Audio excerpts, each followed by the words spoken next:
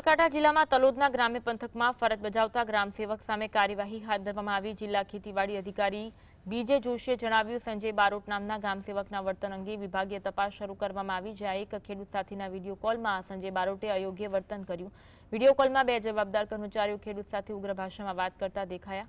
ખેડૂતોએ જણાવ્યું કે પાકને થયેલા નુકસાન અંગે યોગ્ય સર્વે કરવાની જગ્યાએ ગ્રામસેવકે તેમને ધમકી આપી હતી।